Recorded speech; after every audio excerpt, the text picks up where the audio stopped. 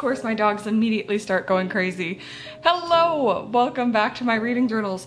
I am After Blake. Hi, nice to meet you, first of all. Secondly, you might notice that the last reading wrap up I have on my channel is from September. That's because all of my footage from October through December got corrupted. So, whoops, I guess. But I have a new reading journal and we're gonna be getting it set up today. I'm very, very excited to get started. I got a spiral bound reading journal this time because my last one was, let me just get it. This is what my previous reading journal looks like. It is completely bursting at the seams. I don't know if you can see that it's completely torn away from the binding. So I figured maybe a spiral bound notebook would be a better idea for this year. It does mean some of my designs are gonna look a little bit different though, so I'm kind of excited about that because I can't obviously design where the spiral is. I want to start with a title page this year, but that makes me nervous because I haven't done it before. So instead, we're gonna start with our table of contents. I don't know what page to start with. We're just gonna dive in somewhere. So now we're gonna do our book. Sorry if you can hear my dog having a little crunch munch. She's hungry. Now we're gonna do my book bingo pages. And for these, I tend to just print a bingo board. I do make these myself by conglomerating a bunch of different people's bingos, but I have a regular book bingo. I'll bring that up close to the camera so you can see. It got bent a little, but that's fine. So you can see what my categories are for this year. Some of them include things like published in this year, has a really long title, or unhinged woman, parentheses, slay, because I do love an unhinged woman. Luckily for me, these are already mostly decorated. I can just glue them in. I will add a little bit of extra decoration though. Don't snort at me. Don't snort. She's very mad that I'm sitting at the table. It absolutely pisses my dog off. Rory, please. I didn't get any scissors. She's very cute, but she is also very, what's a nice way to say annoying? Because she's very annoying. Don't mind the fact that I haven't filled in the previous page. I was gonna use editing to try and trick you. Sorry for attempting to deceive you a little bit, but you know. Last year I did a regular bingo and a thriller bingo. This year I'm doing a regular bingo and a horror bingo. So I'll hold that up for you real quick to see what is on the list. We have tarot reading, we have urban legend, we have ghost story, all sorts of fun stuff. So that'll be pretty exciting. We're probably gonna have to trim off the same amount on either side that we did for the regular bingo. Nope, I shaved a little bit too much off the top of this one, but that's fine.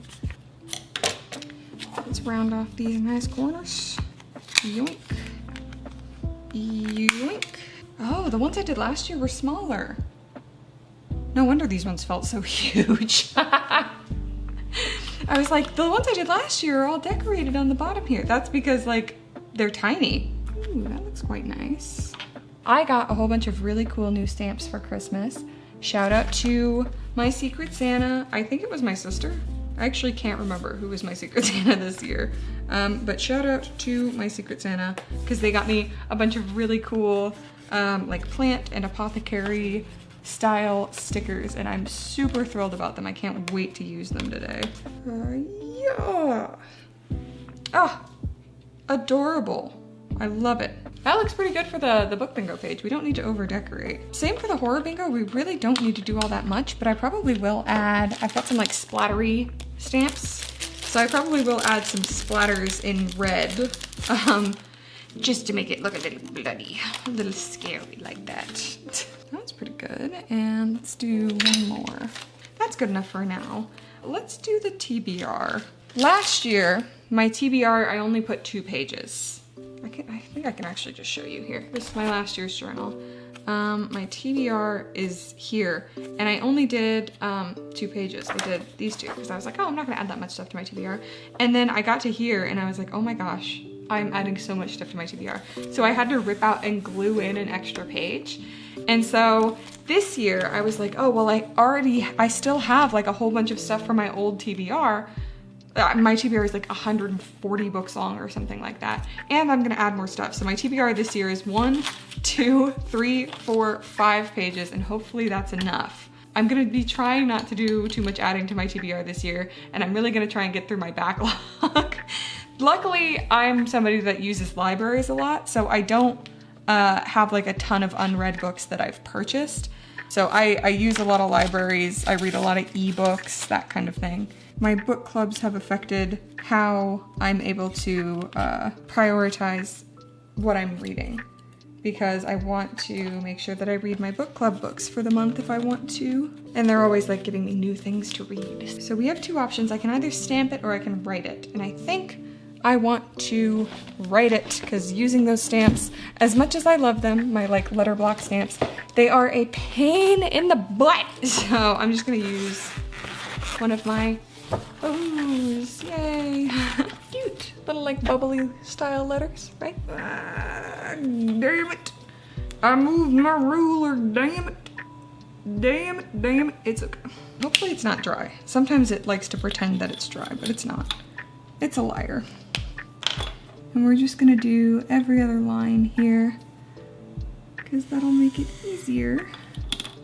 That seemed pretty dry. I think she's out of juice. It's okay. I have another pretty similar marker. It's a little bit darker, but it's a darker marker, but that's okay.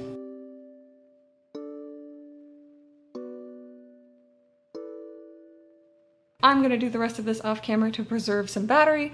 I will bring you back when my TBR section is completed, and I'll take you through some of the books that I am excited to read this year. So be right back. Okay, so it took absolutely forever, but it's filled in now. Look at it. Ta-da!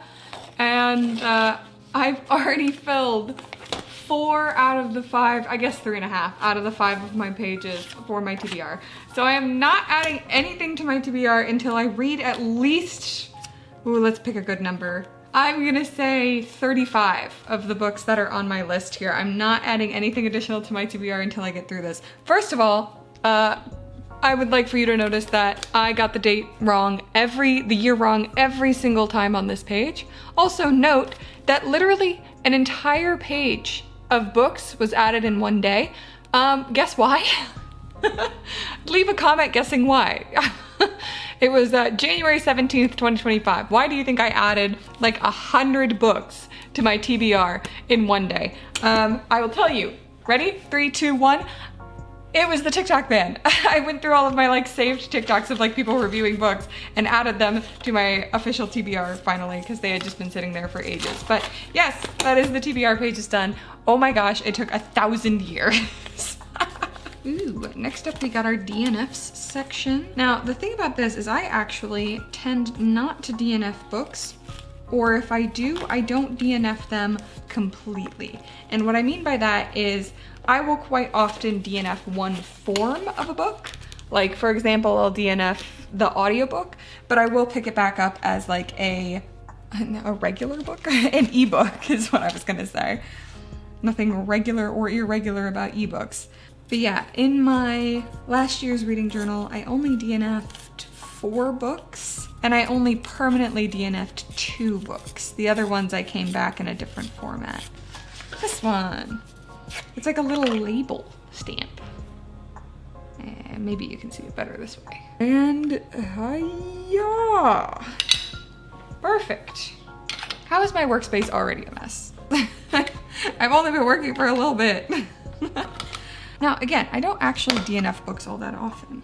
So I can actually decorate this page a little more than I would typically. And then let's see, what do we want to put on the other side of this? Because it needs like an extra little decorative piece here. Maybe one of like these guys? Oh, I think I have one that has like a little skull on it. Oh, there we go, baby, look at that. Whoop, whoop, little skull. We'll use that one, because I'm basically killing these books where they stand. Now, where I made a mistake last time is that I did lines all the way down, which won't work because I have these little reason tabs on the side, right? Oh, also, I don't know if you noticed that in doing this I did the wrong color on the first page. I understand that I did. Yeah, no need to point it out. Okay. Okay, that's our DNFs page pretty much done. I might add like a little something in this bottom corner here, maybe just like a coffee splatter. Where did my cap go? There it is. The circle stamp did that thing that I don't like where it got some ink in the middle, but oh, you couldn't even see what I was doing. Rah! DNF page, nice and easy. Next up we have my recommendations page. Again, I think this one will be pretty standard. I don't get a ton of recommendations, but I do get some. Sometimes from friends, a lot of times from like YouTubers and stuff. These pages are kind of light, so they don't like the rounder that much. So for recommendations, it looks like it's pretty much the same as the DNF page in terms of decorations. Alrighty, I'm back. I did the lines off camera. My battery died like I knew it was going to, so we've got a fresh battery in, which means another hour and a half of recording. I don't know. I don't know how long this battery lasts. The color that'll actually stand out more is the lighter color. Oh my goodness, Snoofy McGee down here is poking my paintings that are on the ground. Sniffing up a little storm over there. Wow, actually fit semi-okay. Why are you so far away, huh? Come here, come here. There's another munch session going on. The dogs took a nap. I forgot to mention while I was away, I had a snack. So my dog had a nap and now she's back up and having another bite of delicious dinner. And then maybe like this leaf. Ooh, yay. Or maybe like this. Yes, yes, absolutely. Absolutely, yes. There, and that there. And then maybe a little stamp. Oh, nice voice crack, me. Came right at me. Because some of my stamps I need to wipe before I use them because they will create this like boxy shape. I don't necessarily hate it, it's just, you know, something to be aware of. Now my books read page, very exciting. I have already read 9 books this year, so that is good news for me. My goal for this year is to read 100 books. So I have 3 books read pages. I got just over 2 done last year, so I'm hoping 3 will be 100. I highly doubt I will read enough where like I'm like, oh my gosh, I wish I gave myself 4 pages. You know, that seems like a lot. I want to use one of those labels because I used this for my TBR, I think. And I'd like to use one for my books read as well, but I don't know where I put it, so I might just cut this one in half.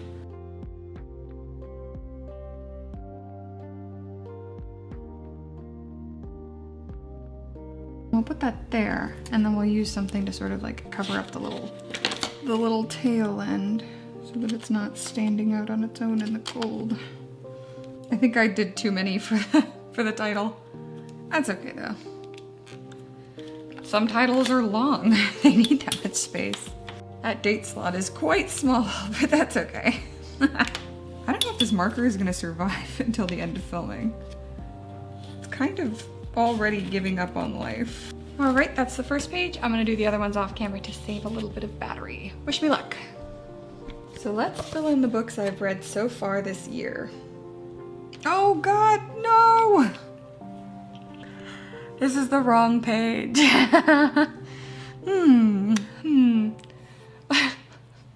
Let's just pretend somebody, let's pretend somebody recommended it to me. That's a lie. Now we're on the right page. Here we go.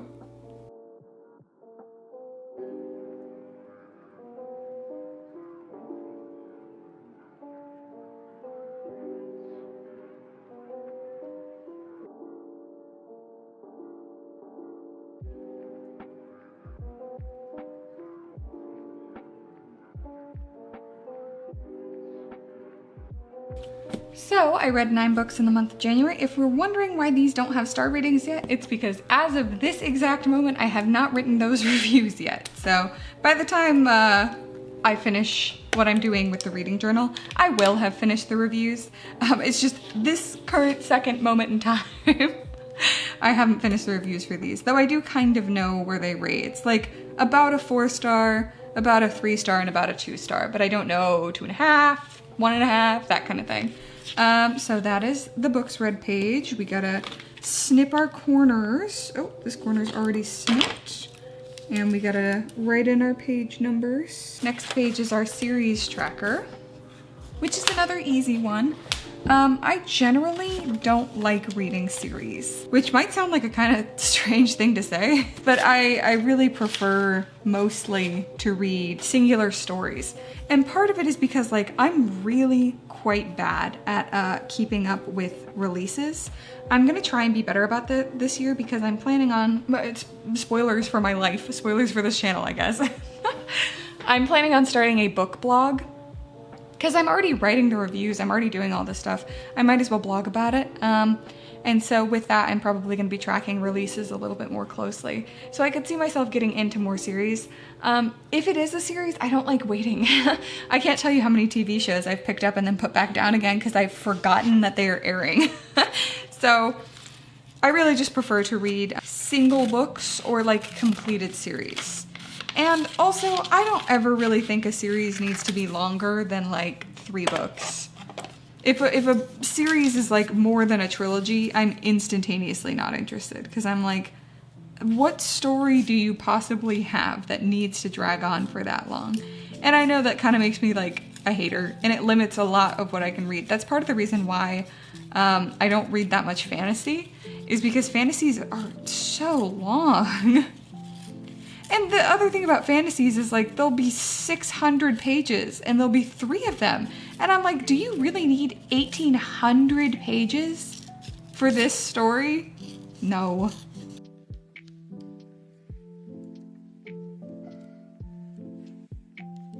I think I might decorate the bottom of this page because there's no way I'm gonna read this many fantasy series in 1 year.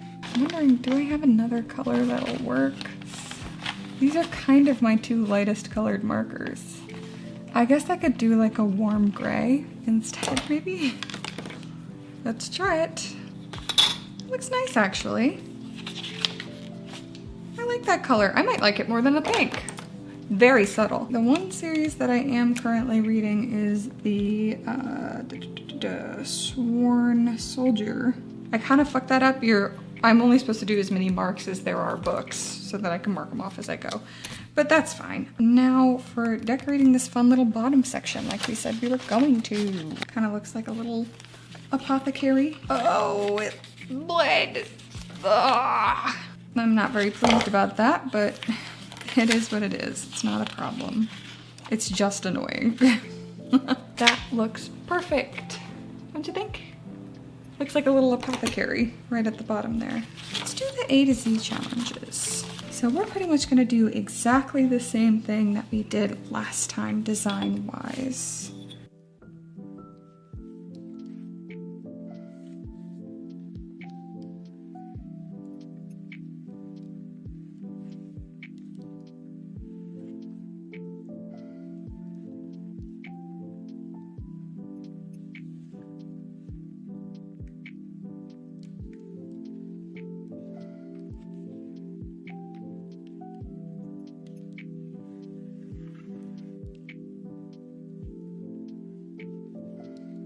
So, finished the first A to Z page. I'll probably do a little bit of decorating up top just to make it look a little nice, but here's all my letters, all my things glued in. So I think this is how we're gonna do it going forward, is with the little book covers as well as the title. Now, I gotta complete the second half.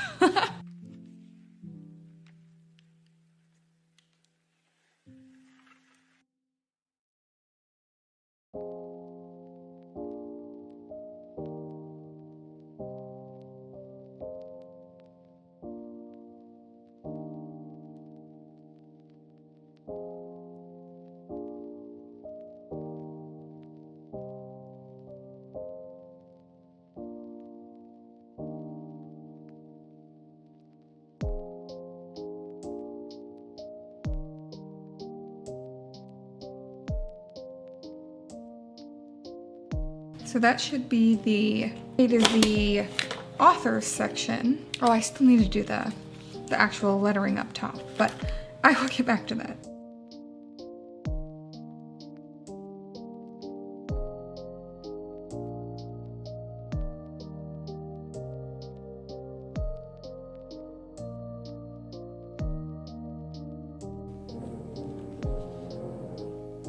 Can you hear my very angry dog?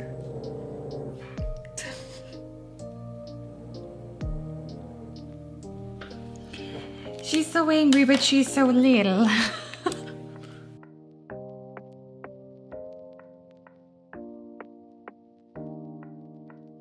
What, am I on camera? No. You gonna stick your little fingies on camera? These are the product fingies. That's true. Frenchie is actually the model for my beautiful product photos. Alright, so what is that, like this? I should lead into a promo, shouldn't I? AfterPlagueArt.com! There's stuff on AfterPlagueArt.com. Make a purchase. Buy, buy, buy, buy! It's capitalism! Make a purchase! Are you even alive if you're not making purchases? Make a purchase!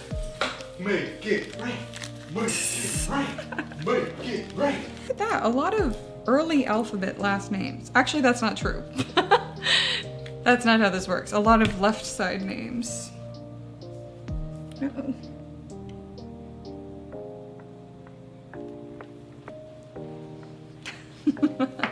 Well, that doesn't look very good at all. It's a little messy, but, you know, messy isn't a crime. I love this little flower stamp that I got for Christmas.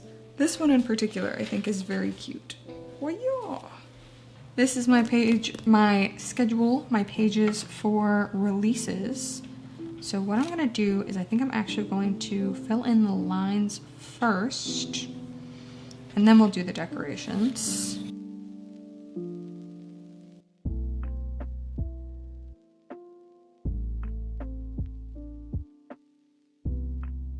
Why do I feel like they're so misaligned? I feel like that looks pretty bad, honestly.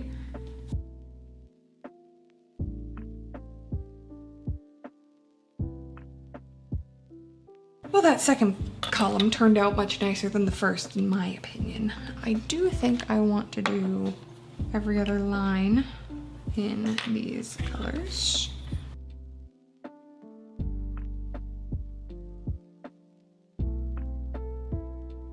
I'm gonna put Penitence in my January releases. And I'll just do last names. And then I also had a January release of an arc from last year called Old Soul. And that was by, oh, I can never remember if her name is Baker or Barker. It's Barker. I do have some arcs that are coming out in October, I think. Probably just gonna do a pretty similar thing that I did for my, like, these kinds of pages where we do like a scrap of the text, a label, and then a little bit of decorations.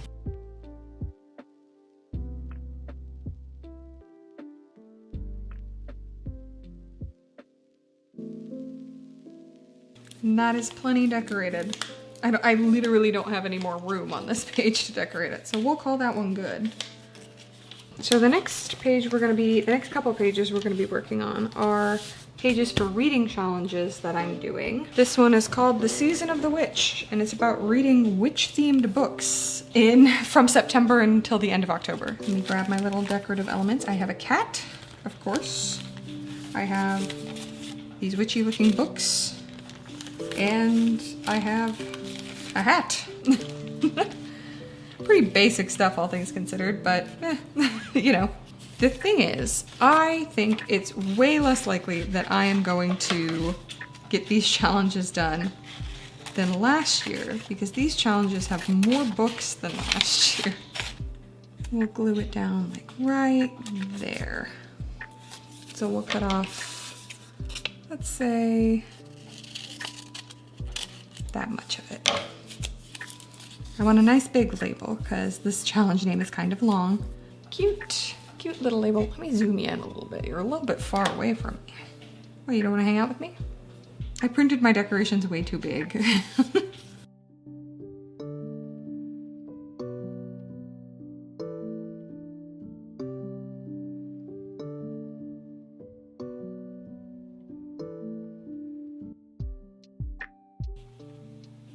Whoopsie.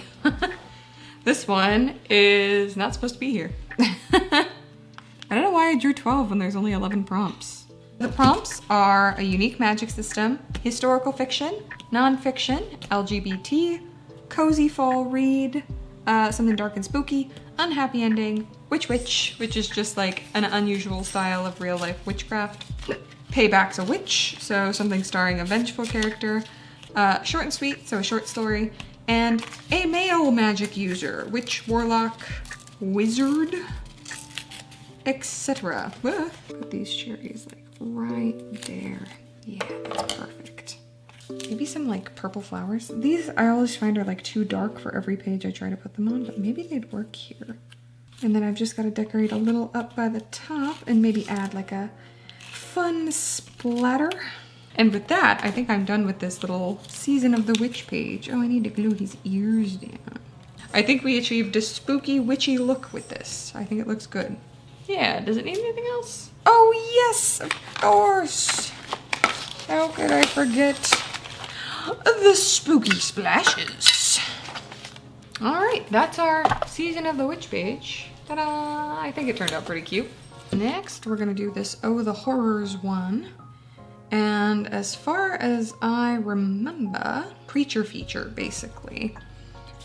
And again, we're gonna design it pretty similarly to the other one. I have this fun little tarot card here, which I think is pretty spooky-ooky. If you heard Notice Me, that was my dog hitting her Notice Me button. I have a ghost, and I have a vampire. Yeah, I'm gonna design it pretty similarly to the other one.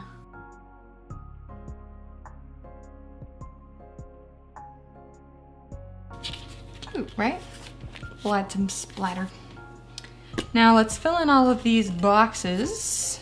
I'm gonna time lapse you, and I'll fill in the titles as well, and then come back and walk you through what we have got for this challenge.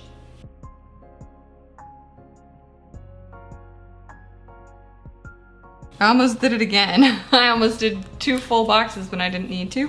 I accidentally did the tops of those boxes, but that's all right. I'll figure out a way to cover them up.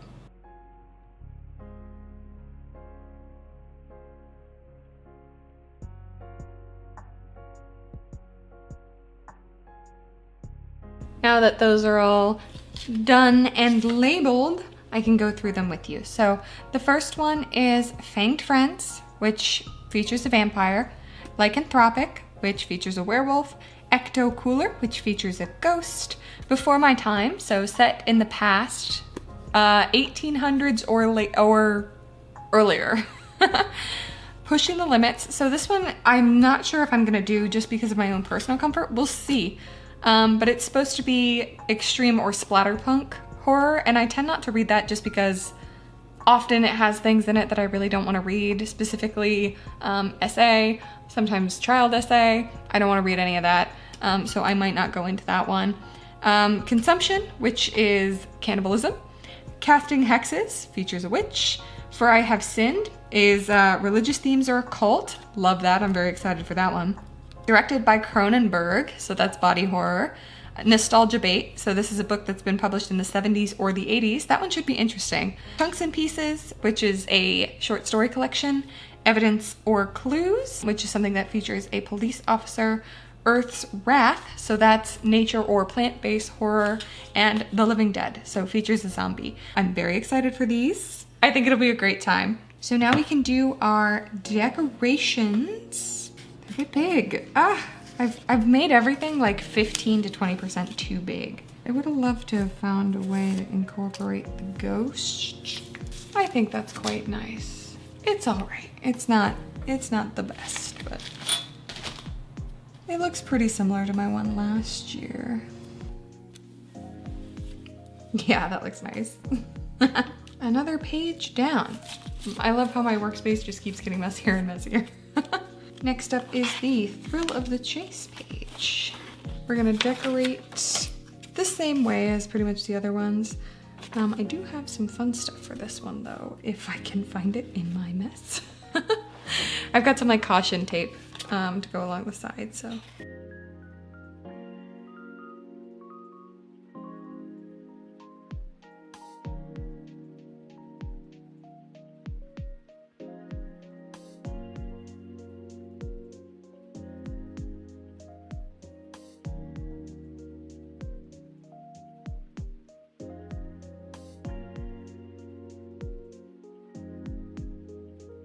So here we are with the Thrill of the Chase boxes all labeled. The thing about these is that the titles are really long, so I had to condense them quite a bit. So the first one is takes characters over at least 2 continents. The next one is a race against the clock plot. Next one is a heist or caper that includes a road trip. Then a mystery or thriller set in space. That one should be fun. True crime published in 2025. A detective novel with a BIPOC investigator. Fiction or nonfiction about a prison escape. A mystery or thriller with at least one of these words in the title. Chase, hunt, search, and escape. Then we have mystery or thriller written by a woman. We have a novel from a new to you mystery series. I don't tend to read series, so that should be interesting. Fiction or nonfiction about a historical artifact. And then there's a bunch of bonus ones for this challenge. So one of them is an award-winning book. One of them is a nonfiction book about a wrongly convicted person. Another one is about a police procedural set in a foreign country. And then we have a missing persons novel by a debut author. So those are all the titles here. Now we're gonna do some decoration. There's not a ton of room on this page to actually decorate, so we'll see what we can do. So I'll probably just do this like along the outside. That doesn't look too bad. I can't do too much more decoration on this one because the page is just so full. This one had a lot of like bonus prompts for some reason. I should put like little stars next to them or something, so it's easier to see which ones are bonus prompts. While I'm here, I can actually fill in one of these slots, or maybe a couple of them. Let me see. What do I have in my bag of horrors? Because I read a ton of thrillers in January, so there we go. That's my Thrill of the Chase all set out. I think it's looking good. Ignore the mess. We keep pushing forward. We continue. Next up is my Decades Challenge. This one's gonna have pretty much the same layout as it did last year. If you hear some mounching and or crouching, that's my baby in the background. She's very hungry, but she's allowed to be. It's not a crime to be a creature that's hungry. I'm probably gonna decorate this pretty similarly to how I did my last one. Uh-oh, I accidentally made my labels way too big. There's no way these are gonna fit. Damn it. There's no way these are gonna fit. So I'm gonna have to reprint all of these labels and recut them. That's lovely.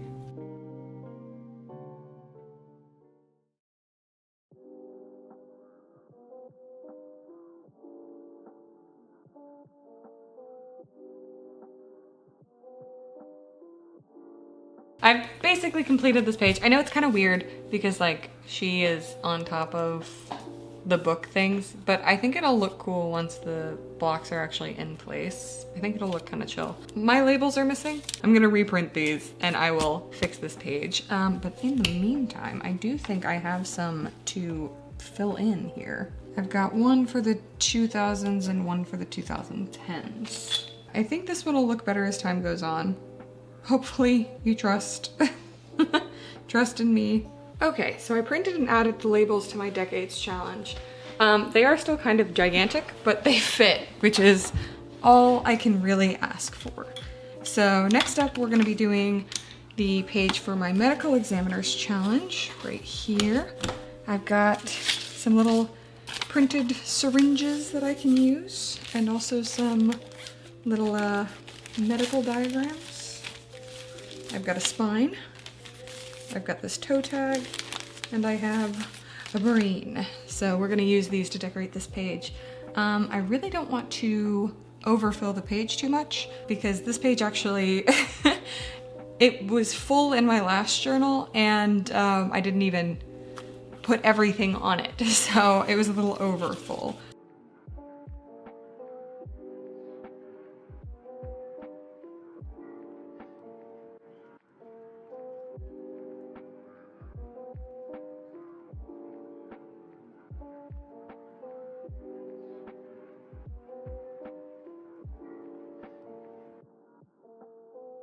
I know that this is taking up a lot of space, but essentially what's gonna have to happen, and I'll probably have to do this much later in the year, is that I'm going to have to create a like flip up card because I filled it last year with reading just 86 books, filled every single row, and I think that these rows are actually bigger than the ones that I did last year. So I'm gonna need to make a card that flips up. So I'm not entirely concerned about that taking up a lot of space.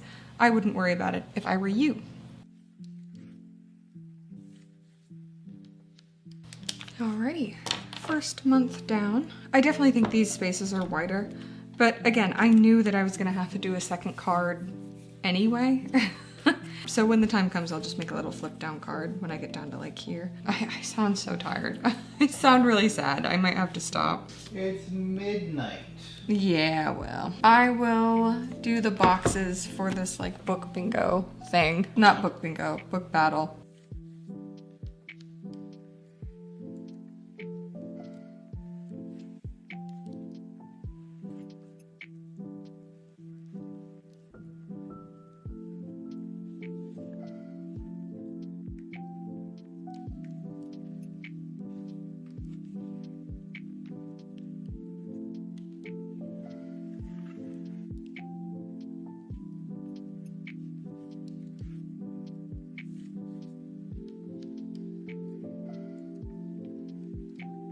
I've done all the boxes for the book battle.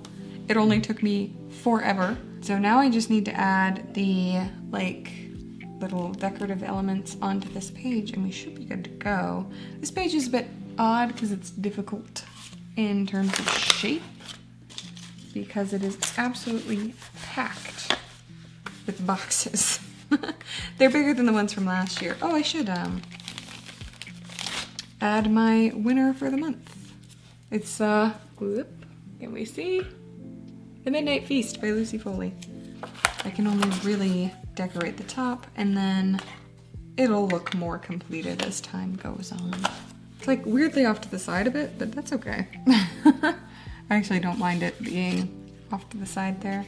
Okay, so that's the book battle page pretty much done. It's pretty simple, but it should look pretty nice as soon as we start filling it in. It's gonna look pretty packed as soon as when we're done with it, so I don't really mind that it's taking a little bit. I think maybe the last thing I might do is add some color to these labels. Probably just that same warm gray that I've been using, just to give them a little bit of something to stand out. But so the ratings page, it describes what each of my star ratings is, and then it also has a list of 5-star books. I usually don't have that many 5-star books because I'm pretty stingy when it comes to giving out like actual 5 stars.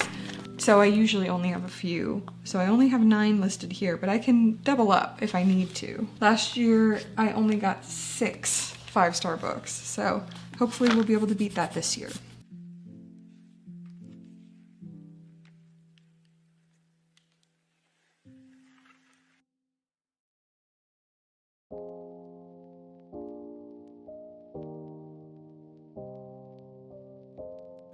So there we have the ratings.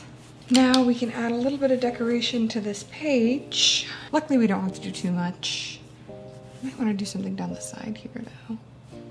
Maybe some of this like piney color. I feel like it might look nice on this page.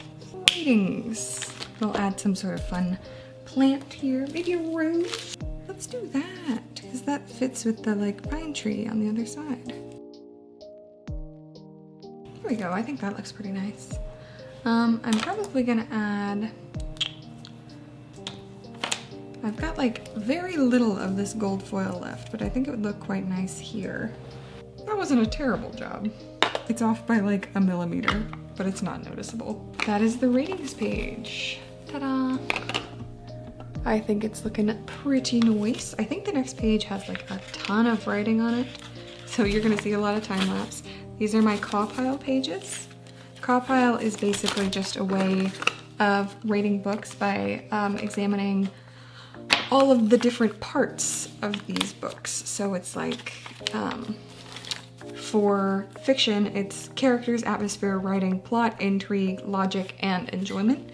And for nonfiction, it's credibility, accessibility, writing, payoff, individuality, logic, and enjoyment.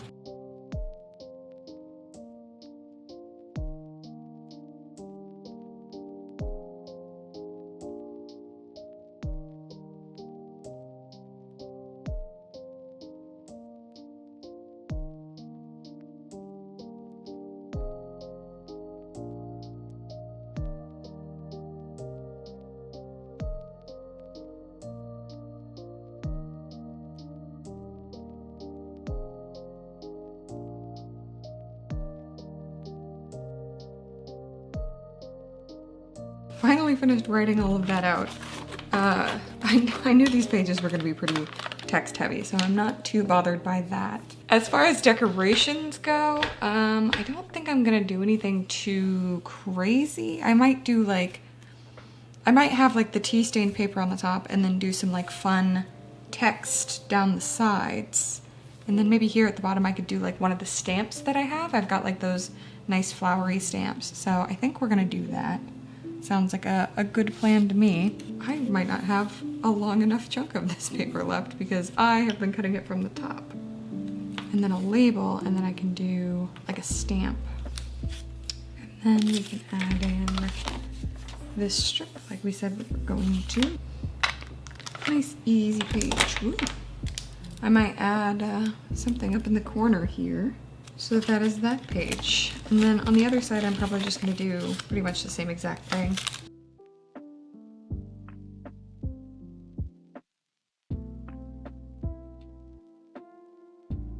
Here are my finished CAWPILE pages. I think they look quite nice, especially next to each other. I think they turned out really well. Very intense writing.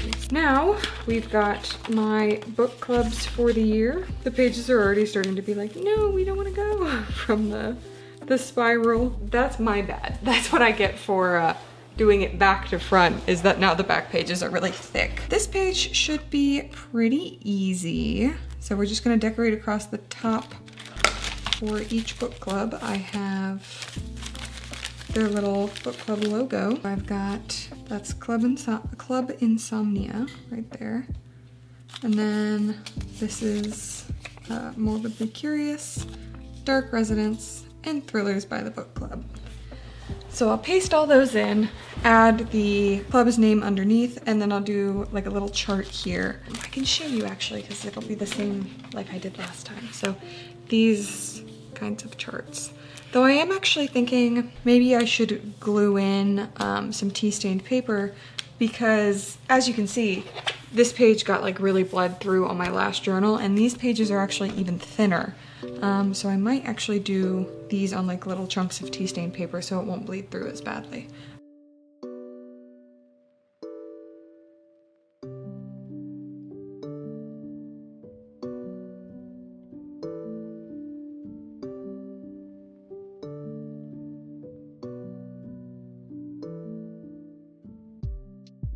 So now I've got the text and images in. Now I just need to glue in our little like post-it note sized, what you call it. I legit don't know what I'm talking about. And I never will.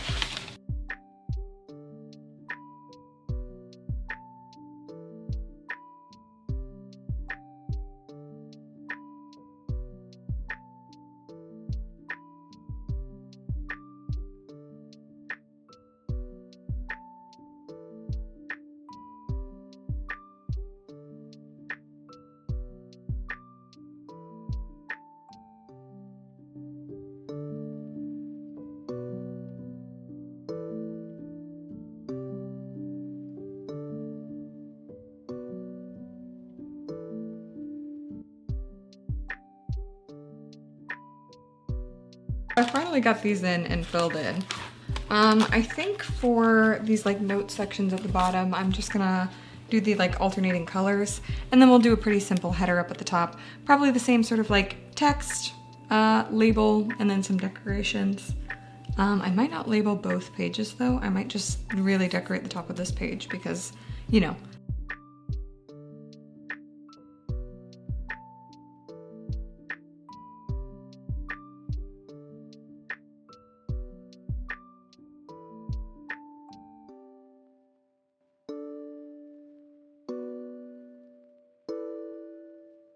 Those look all right. Let's add, I want like a big flowery something. Ooh. Is it maybe finally time to use this ridiculously large sticker? Possibly. I mean, when else am I gonna use it? Genuinely. It's a gigantic sticker.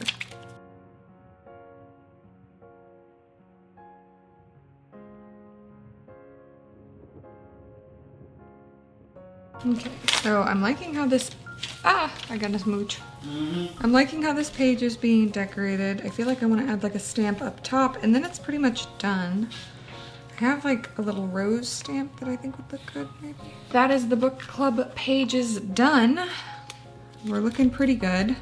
Last few pages, starting with the reading tracker here. I'm just gonna do the same thing that I did for the last one, where we create this. If you hear crunch munching, my baby is hungry. She's having a little snack. But I'm probably just gonna do a very similar thing to what I did last time, which is like this grid. I do need to keep better track of that though. Because this past year, I have not been keeping very good track of my reading on a day-to-day basis. So I always have to go back at the end of the month and like do a bunch of math to figure out how much I actually read on each day.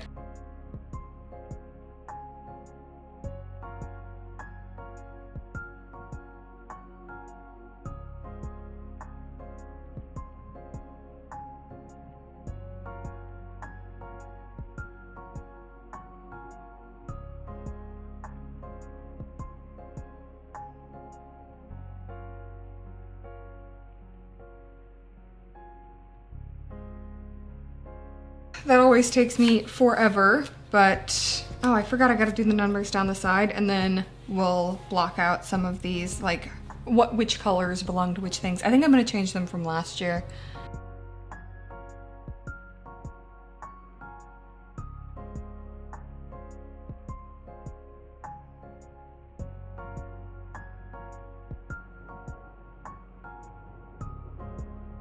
I'm gonna fill in all of my squares for January, but it's gonna take me a minute because I gotta go back through my Goodreads history and actually calculate like how many pages I read per day. So this is gonna take a minute.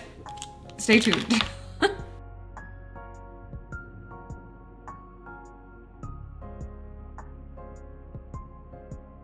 don't know if you can tell that I read like a crazy person. Most people are like, oh yeah, I read 100 pages a day. No, I won't read anything for half a week at a time, and then I will read an entire book. I think we can fit 3. Come on now, when did you stop recording? Hopefully not too long ago. I was just saying that we're almost done with this reading tracker page, but I want to put something up in that top corner. And I was thinking maybe one of these like large stamps, because I usually don't have room for them while decorating. So let's say these are our 3 options. We got the rose, the flower, and the mushroom. Out of the 3, I actually think the mushroom suits the page the best, because this page is kind of red coated, so mushroom is gonna be a good choice here. I think that is pretty much done for our reading tracker. Now we just gotta do our reading goals page.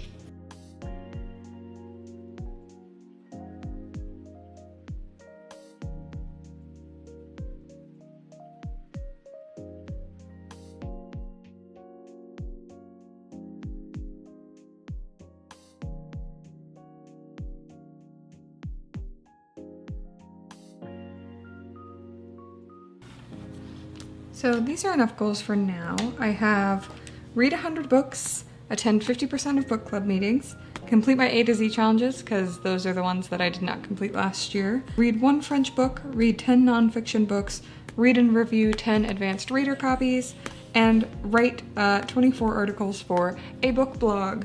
Yeah, so now we're just gonna decorate this page, and then we just gotta do our title page. We worked our way a bit backwards, but that is okay.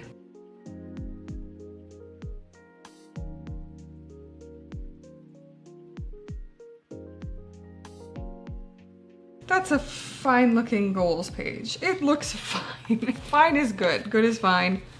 We are fine and good. Okay, so I'll decorate the like title cover page itself, but I will print out a table of contents.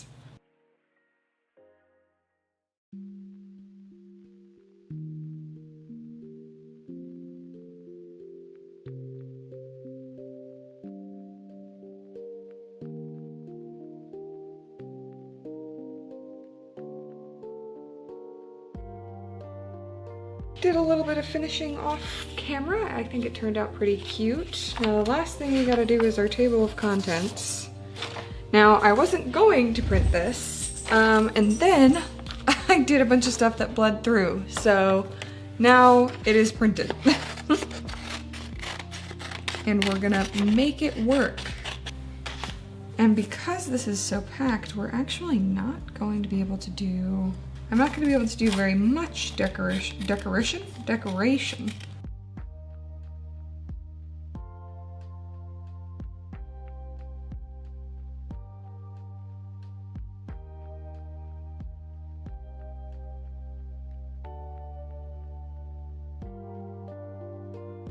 Now I just got to do some last little decorative bits and bobs, and these pages are all done. You guys will not see this because I'm going to edit this video down heavily, but I have been filming this video for 1,000 years. So I'm very excited to be nearly done. We've gone ahead and finished up our table of contents and added in page numbers and stuff for what is currently there. So we can finally get started after all of that prep work on the journal. We can actually finally get started on the reading tracker page here. Luckily, I've already made some lines, so I should just be able to fill that in. I'm gonna send you to a time lapse. Lots of time lapse this video. I hope that's all right.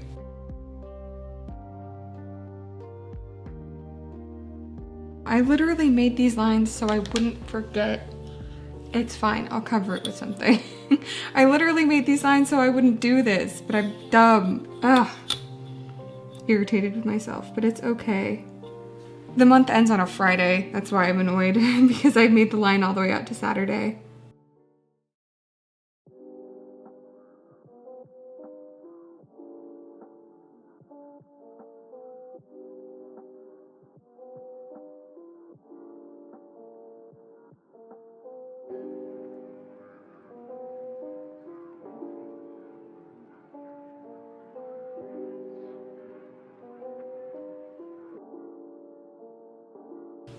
So yeah, I accidentally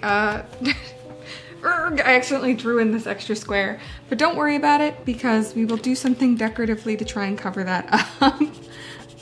Save ourselves the space, but it's all right. So this is my reading calendar.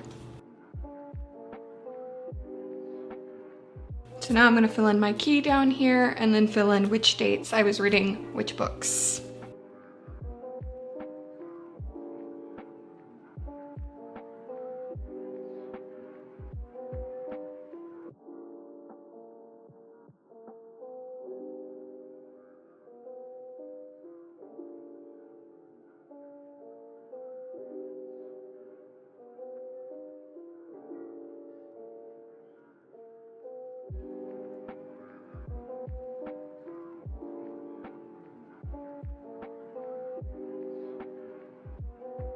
Here is my reading chart for the month. Let me show you that. Zoom in here.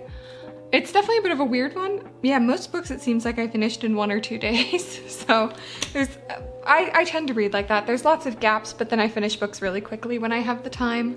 Usually when I'm sick or something. Now we can do some decoration. Definitely gonna do my little stamps across the top here. So this is for January. And then my theme for this month is sort of like a misty, foresty, piney kind of theme. So I'm excited to get decorating with that. January. Why do I feel like I spelled that wrong? January. January. I think it's correct. My brain's like, nuh-uh, something's not right. January, that's how it's spelled. Ugh, I feel crazy. I usually do like a little strip of some sort of text-like paper on either side, so I'm probably gonna do that. I do like it. Oh, I should say, if you have any ideas for themes that you want me to do for my months, definitely tell me in the comments. I'm always looking for new fun theme ideas. I've got some of these like fun little pine cones. I think I might put one of them down here in the corner, or maybe I'll use it to cover up that blotch. Yeah, we'll pine cone it there. That'll be nice. So the thing is, I have like this pattern, but I also have this Holiday Pines collection. Ooh, and it's got some good like pine tree patterns as well. So I might use one of these. I'm nervous to use these because they're quite nice and I don't want to waste them. I can't fear, right? Have no fear. I want like a dark patterny one. Ooh, yeah, that'll be good for when I do a deer themed one. These are also way thicker than your average piece of paper. Can you hear the difference?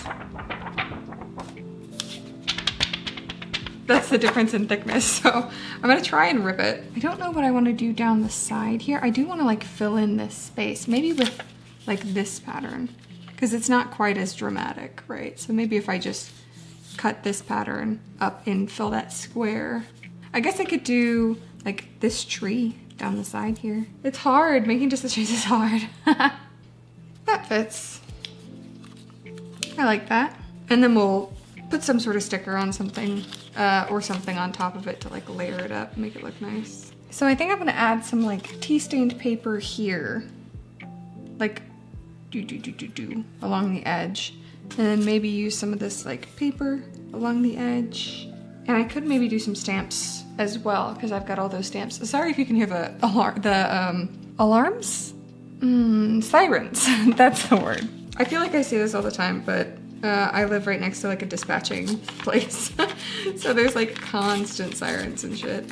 Luckily, my house is pretty good at soundproofing, so I don't really hear. It's kind of like covering up a little bit where the title for A Flicker in the Dark is, but also I put the titles of the books that I read like everywhere. So I'm not gonna be like, oh, I wonder what this book is and not be able to find out. And that's starting to like really come together in that corner. I'll maybe put like a stamp along this side and then we'll figure out what to do on this side. But this page is going really nicely, I think. I wanna add one of these stamps, but I'm not sure which one I have that looks the most like piney. It's not super piney, but it might be the most piney out of what I've got. Might be good. And I'm gonna do that along the inside here. I figured out that my stamps aren't like bad stamps. This is not like a good stamp pad, essentially. They're not supposed to be this soft, they're supposed to be harder. And so they're not supposed to like wrap around the sides of my stamps like this pad does and leaves like a whole bunch of residue along the edges that I have to clean off with Q-tips before using, which is a pain. It's a pain. So I need new ink. That fills in the space okay. Not bad. I don't think it's my favorite one I've ever done, but I've certainly done worse. That's my January tracker page. Next, I've got my book clubs page. I'm in 4 book clubs this year. That would be Thrillers by the Book Club, Dark Resonance Book Club, Morbidly Curious Book Club, and Insomnia Book Club. So I am going to lay out this page. I will be right back when I have something to say.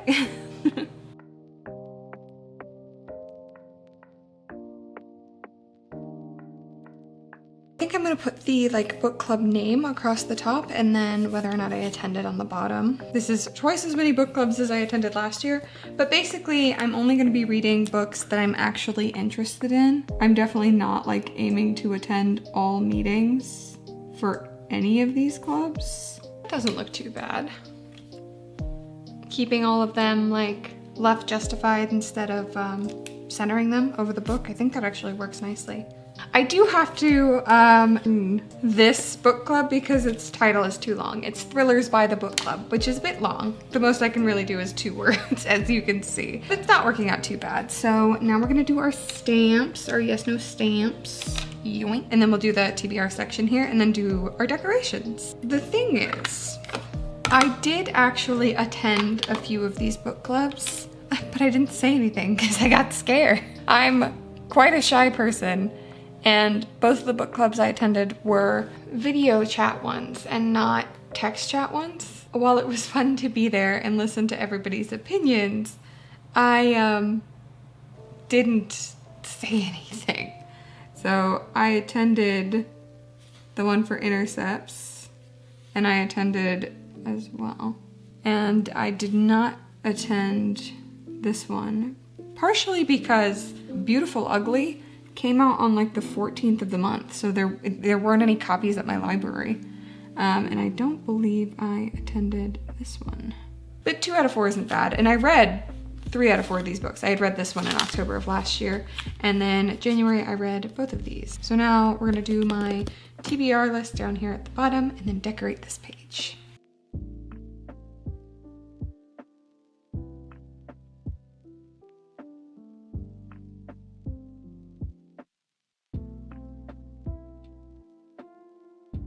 My baby has come to say hello. Come here, baby. You want to be in the video? Can you see her? That's her head. Look at her snout. Anyway, I was filling in my TBR down here, but now I'm gonna decorate this page.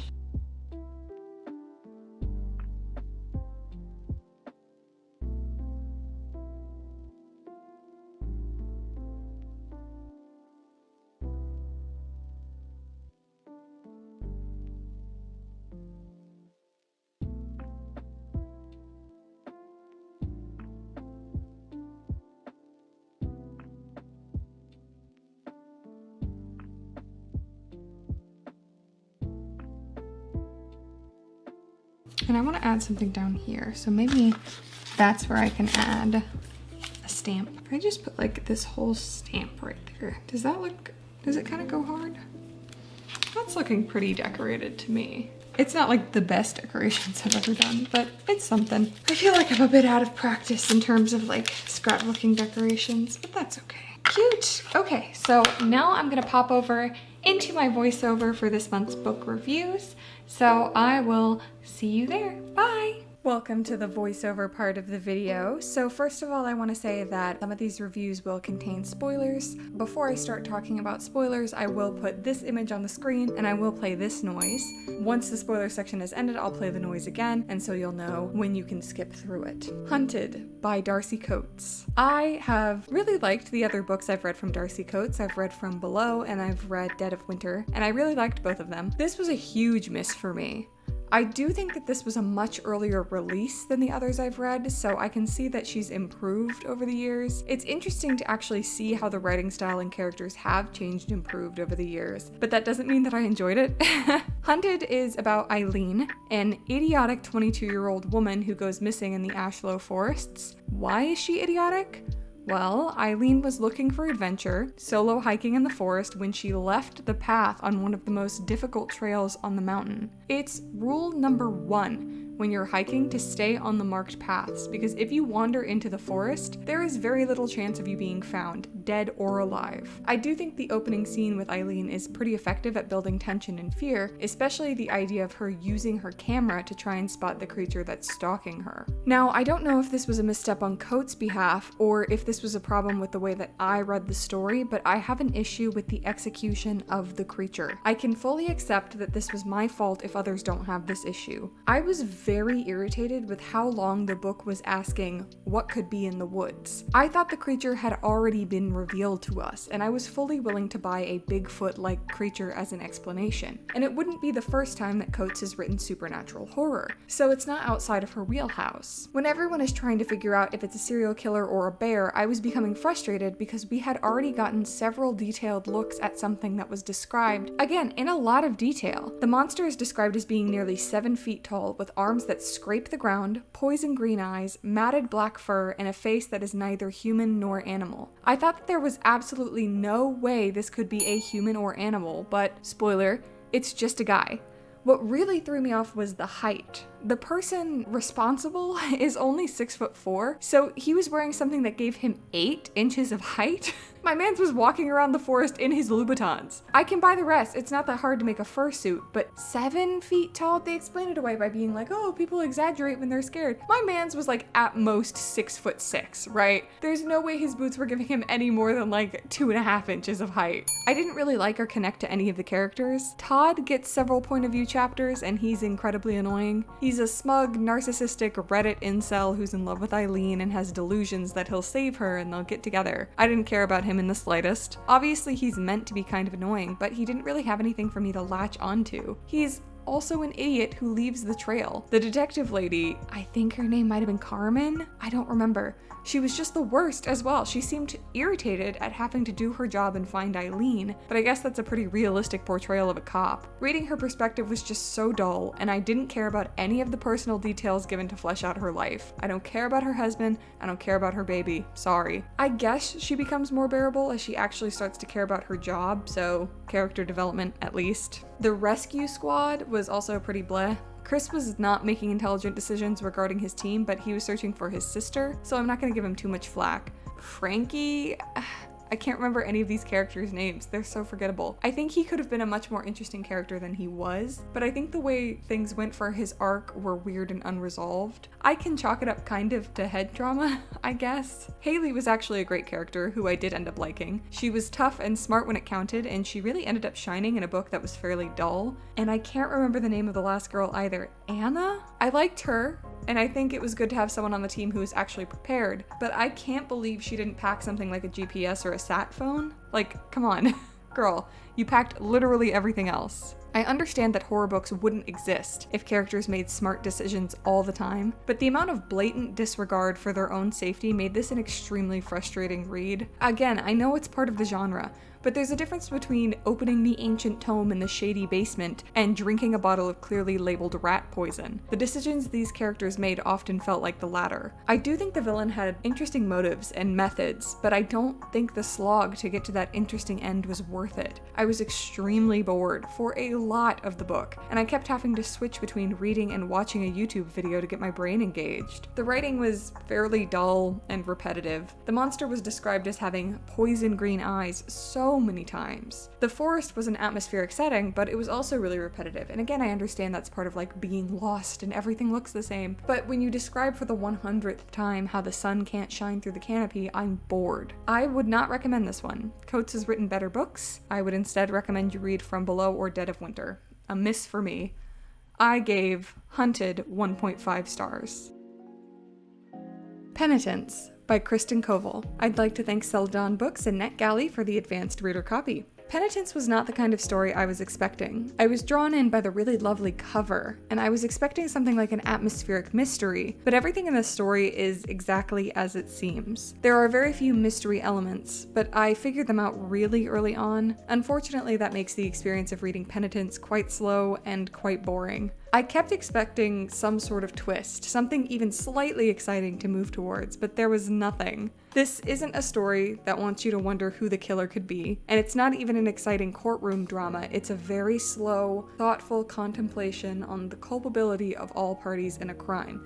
It's a literary novel. And the thing is, you can be a literary novel without being boring. I've read literary novels that are not boring. Nora has killed her older brother Nico, but she's only 13 years old. By all accounts, she and Nico were incredibly close, so why did she kill him? This sounds like an intriguing premise at least, but I fear the first and most obvious answer is the answer. All I need to say is that Nico was very sick with juvenile Huntington's, and literally the first thing you think about when you hear that is the answer. We actually don't get to see very much about Nora's feelings or thoughts surrounding the murder. She claims she can't remember why she did it, though I don't know if the audience is meant to believe this, even though we get POVs from Nora. Nora also doesn't talk to her parents or lawyers about the motive, and it is revealed in the last chapter, I don't believe the solution was worth the wait. The novel is so much more about the adults involved in the situation. Nico and Nora's parents are Angie and David, and the lawyers that they hire are Martine and her son Julian. Angie and Julian had a relationship that previously ended after the tragic death of Angie's sister at 10 years old. None of this is a spoiler, by the way.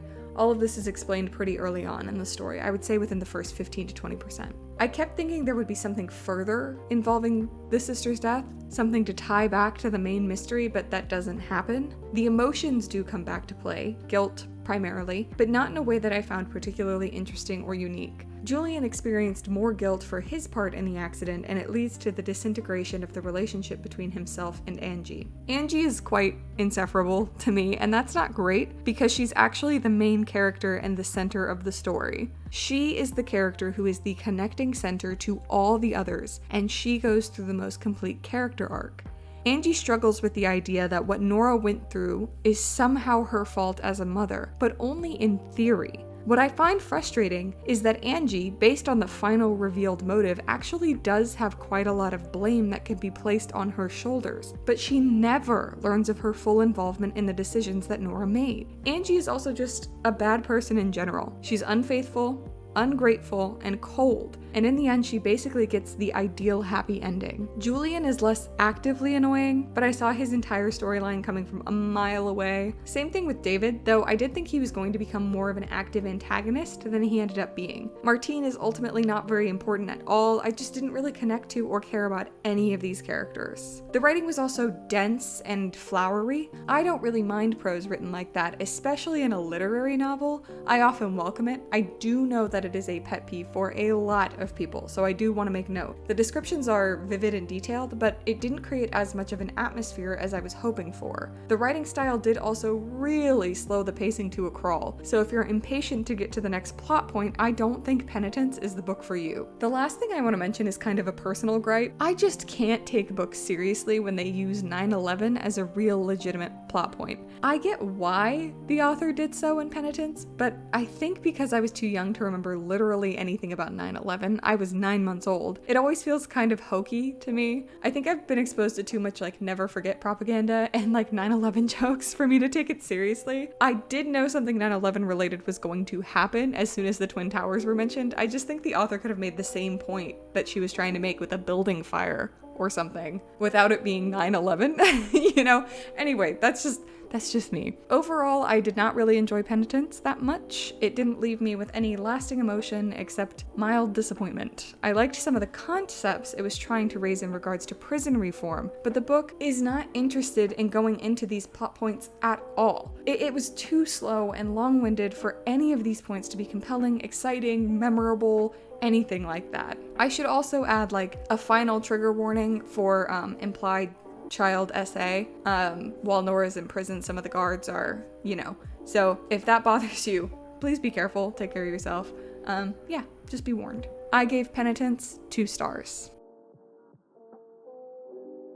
Then She Was Gone by Lisa Jewell. I was in a bit of a reading slump when this book came in from my library, as you can tell by the last 2 reviews. I'm so grateful that it was good enough to pull me out of the slump. I really enjoyed None of This Is True. I gave it 4 stars, and so now I think that means that Lisa Jewell is a pretty solid bet. Then She Was Gone is about Laurel, a woman whose daughter went missing 10 years prior. Ellie was a very smart, very beautiful girl who never really got in trouble, but when no evidence arises from her case, it's assumed that she was simply a runaway who never returned home. Laurel is finally able to begin moving on with her life when remains are found that are identified as Ellie's. She meets a charming man named Floyd who has a 9-year-old daughter who looks extremely and suspiciously like Ellie. I think this book is really predictable in some ways. I don't think that's a bad thing in a thriller necessarily. Sometimes I just need to read something easy, and this fits the bill perfectly. The writing style is quick, and it keeps the story moving at an excellent pace, so it doesn't really matter that I immediately knew what happened to Ellie. I knew what Poppy's deal was. I'm not saying that the details of how everything played out weren't interesting. I especially liked seeing the events unfold from different perspectives. We were able to get deeper into Noelle's head or Floyd's head and see how their backgrounds and experiences affected the way they thought and the actions they took. I also found them distinct from Laurel's perspective, which I think is really important when you're doing multiple POVs. That being said, if you have read one thriller book in your entire life, I think you will know exactly where this plot is going, exactly who the villains are, exactly what the twists are. I do think there was an insinuation of a further mystery with Poppy that remained a little unresolved. Why was she so isolated from her family? Why was she homeschooled? Why was she so, for lack of a better word, weird?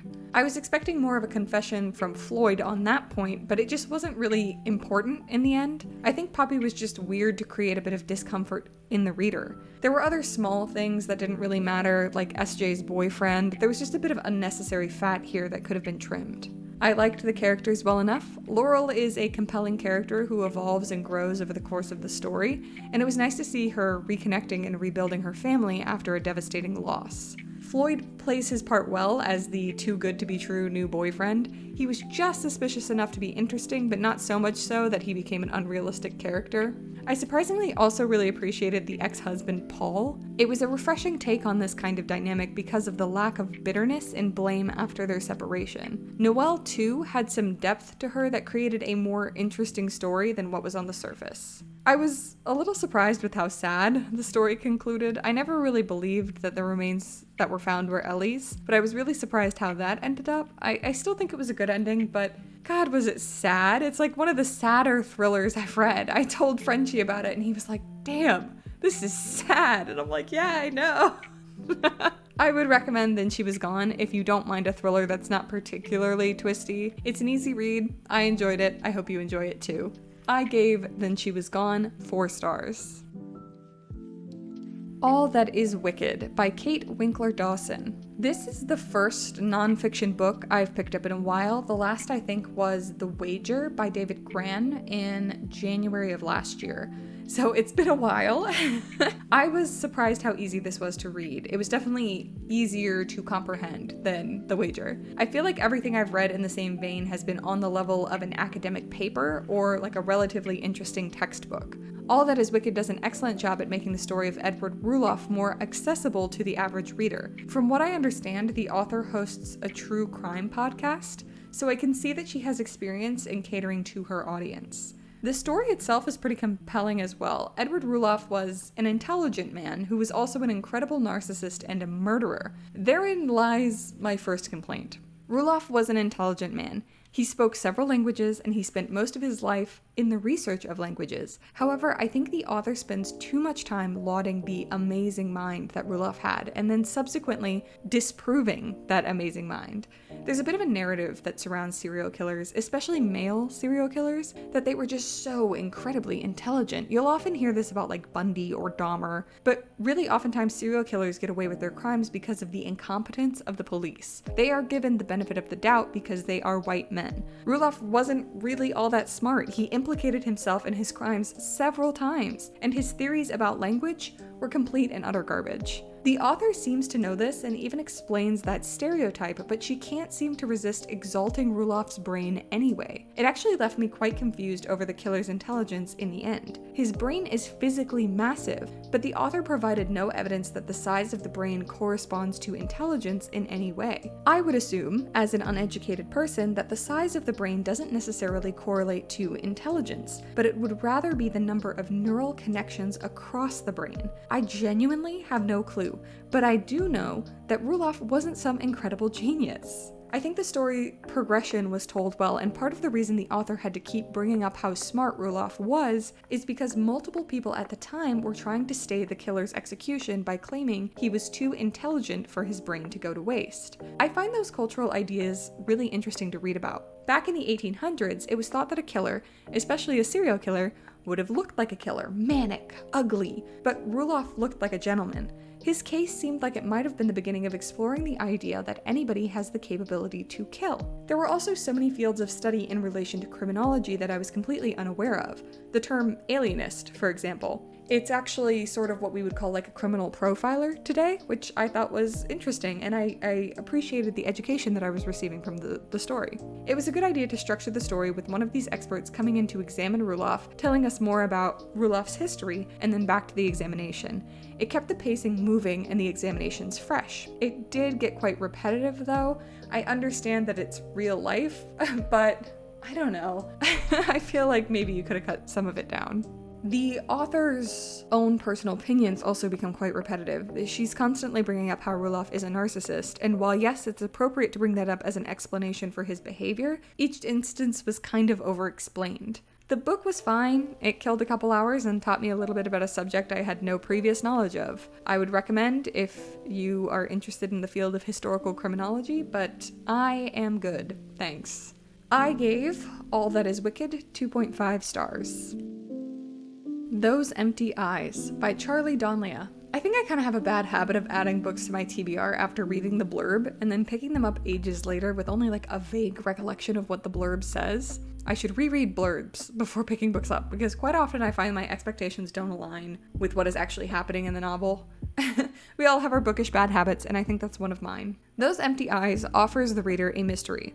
Who killed Alex Quinlan's family? I think it was a good move on the author's behalf to make it clear in the prologue that there is no way that the killer is Alex. I have read way too many thrillers that have tried to pull the twist of the exonerated teenager was actually the guilty one the whole time. It so rarely works, and it only ever works if that character is not our point of view. Where I think the author missteps is in the structure of the novel after that. The POV switches to her lawyer, who is defending Alex in a defamation case 8 months later. The momentum set up by a genuinely intriguing prologue is immediately ground to a halt. These first few chapters are so incredibly repetitive. The lawyer will ask a question, which sends the witness into a flashback, and then they'll flash to the present in the courtroom and explain everything we just witnessed in the flashback. I don't really see the point of the courtroom scenes except as a weak attempt to introduce these flashbacks. We get a little bit of character from the lawyer. I think his name's Grayson. And he is an important character going forward, but I don't think what we get from him is worth the page count. After that, there's this really pointless feeling section in Cambridge. I strongly dislike this section. It feels incredibly out of place with the rest of the story, and I know there has to be a better way to explain this information. The author needs Alex to gain access to some documentation from a Swiss bank. That is the primary goal, but secondarily, he wants to show that true crime fanatics are obsessed with empty eyes. I will come back to that, just wait. These are simple enough goals, but the secondary one is so unnecessary because it's already been explained to the reader in the prose multiple times that true crime fans are obsessed with this case. So I read chapter after chapter of this weird British caper where there's kidnapping and fraud and a weird British bodyguard and guns and blah blah blah blah blah. I can't help feeling like the whole thing was so pointless because immediately after that we get a 10-year time skip. So to recap, this is what the first few chapters of the book are like. Multiple POV changes, flashbacks, time jump forward a year, location changes, another year time jump. The structure is a mess, clearly. The main mystery isn't even about empty eyes. Yes, that is the nickname they gave her. Yes, it is incredibly overused. Every time someone called her that, I felt put off. It reads way more like a name that somebody would give their creepypasta creature than a mass murderer. Killers do get little nicknames in the media, but I think the name Empty Eyes is outside of the regular nomenclature. Serial killers are more often named after where they committed their crimes or how the crime was committed, like the blah blah blah strangler, the beast of blah blah blah, the vampire of blah blah blah. That's typically how they're named, not so much for a physical feature. Sometimes they are, babyface killer, but it's pretty uncommon to just call somebody Empty Eyes. They would call her the Empty Eyes killer, right? So the nomenclature feels off as somebody who watches true crime. I also don't want to make any overt statements, only speculations, but I do get the distinct impression that this author doesn't like true crime consumers very much. Just a hunch, based on the dozens of times he disparages them. That's a whole other thing. The ethics of consuming true crime are complicated and also not complicated at all. There's a very natural human curiosity about the subject that is inherently morally neutral. Shanspeare made a great video about true crime consumption.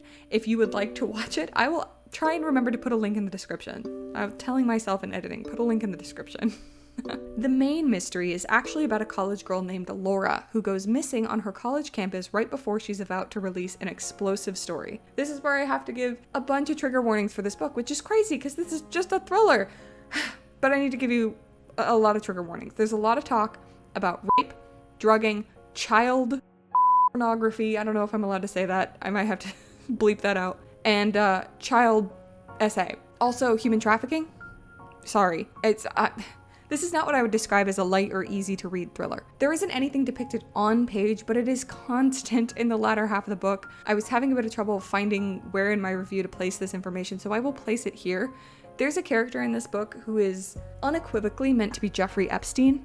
Literally, it's 1-to-1. This man owned a private island where he trafficked women, and then he was arrested and, himself in prison.